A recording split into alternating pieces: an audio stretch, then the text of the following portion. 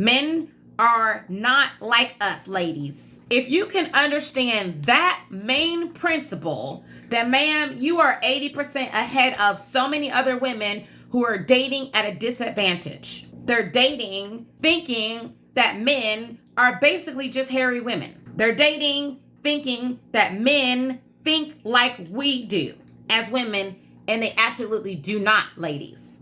If you are sick and tired of meeting men who are talking about 50-50, if you're sick and tired of meeting men who don't know how to treat you, and if you're sick and tired of not meeting any men at all, how many of you guys, like, you haven't had a man come talk to you and God knows how long? Say I. If you have not had a man talk to you, approach you, or ask you out on a date in 3 months or more, say I. Ladies, we don't get what we want, we get what we expect. Literally. We don't get what we want, we get what we expect. And if you are going out on dates and then these men keep ghosting you, then A, for a fact, you have love blocks. If you have not been able to, and it's been longer than 3 months, and what you're doing is not working, then that means, ma'am, that you have love blocks. And I don't care whatever you think your excuse is. I'm not, you're saying you don't want to settle, there's no good men, all the other excuses that you have, ma'am.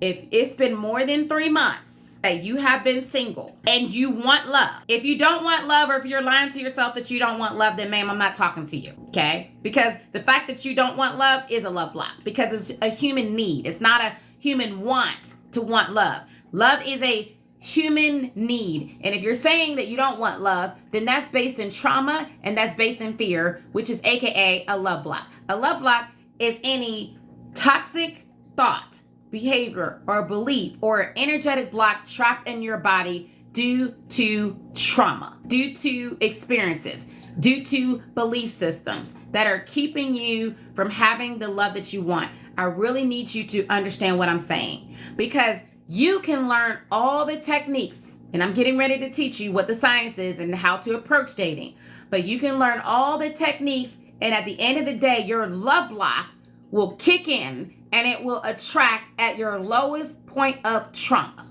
Contrary to whatever's flying all over tickety-tockety, contrary to whatever's flying all over the internet about men being bad and men and grizzly bears and all this other stuff, ladies, overall, there are a lot of good men. There's men that come to me and they're like, Shay, I just want to meet a good woman. I just want a woman who I can trust. I just want a woman that I feel safe to love. I'm going to tell you something statistically. This is science, okay? This is science. Did y'all know that men are actually more afraid to get hurt than we are as women? Men's egos are way more tender than a woman is. Now, I know you're thinking about that man that broke your heart and that seemed to be callous or seemed to be a player. And just so you know, because of his own pains, because of his own love blocks, because of his own trauma, then he acts from a lower place. Okay, he basically became a Build-A-Bear because that's easy. That's safe for him to do. So by emotionally cutting himself off and treating women like whatever, then that keeps him from risking getting hurt. It is his fear that caused him to act like that. Not your problem. That's his problem. Your only concern is for you to learn how to properly vet, select, and attract the right man for you. That's your only problem. But men are more afraid. Men actually, statistically, this is science, they fall faster and harder for a woman. That woman, every man, listen to this because this is going to change your life. Every man has that woman that is his own personal kryptonite. Really. Every man has that woman. And no matter what you look like, ladies, get it out your head. You think men just prefer the models. That's propaganda. How many of us have seen women that don't look like Hollywood standard of beautiful and they got husbands and they got men who are really into them? If they're meeting you and they're telling you that you're intimidating, what they're basically saying is your face is presenting the energy that you are a danger to their ego. That means that if they approach you, that you're not approachable, that you're going to reject them, that you're going to be in your masculine energy, that you're going to be the kind of woman that there's going to be resistance with. Contrary to popular belief, only boys are intimidated by successful women. Only boys. Feminized men are intimidated by women who have money, who have success, who have their own house, their own car, and everything else. Men with money. And trust me, because I used to match these men. I used to call on them. I come from the world of pharmaceutical sales. So I used to work with very highly successful, wealthy men on a regular basis. So I'm telling you what I know. The men with money and who are successful, they don't care about your money. They don't care about your success. The number one thing that they say they care about is in their ability to be able to add value to your world. So with a lot of successful women, they have this, I'm Miss Independent. I don't need you.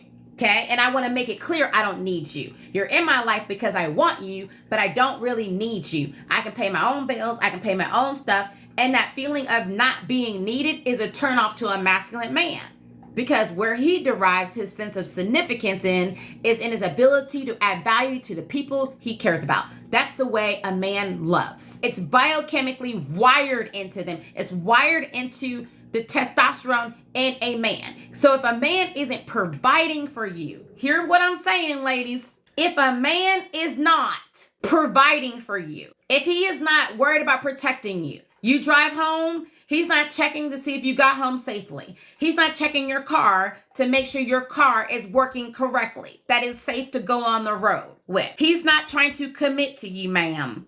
Then A, he's either not in his masculine energy, or B, he's not that into you. He has not biochemically bonded to you, period.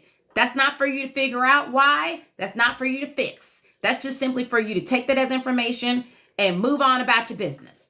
That's all it is. So when you understand that love is a science, you understand that you have to move a certain way. You understand that you have to move a certain way.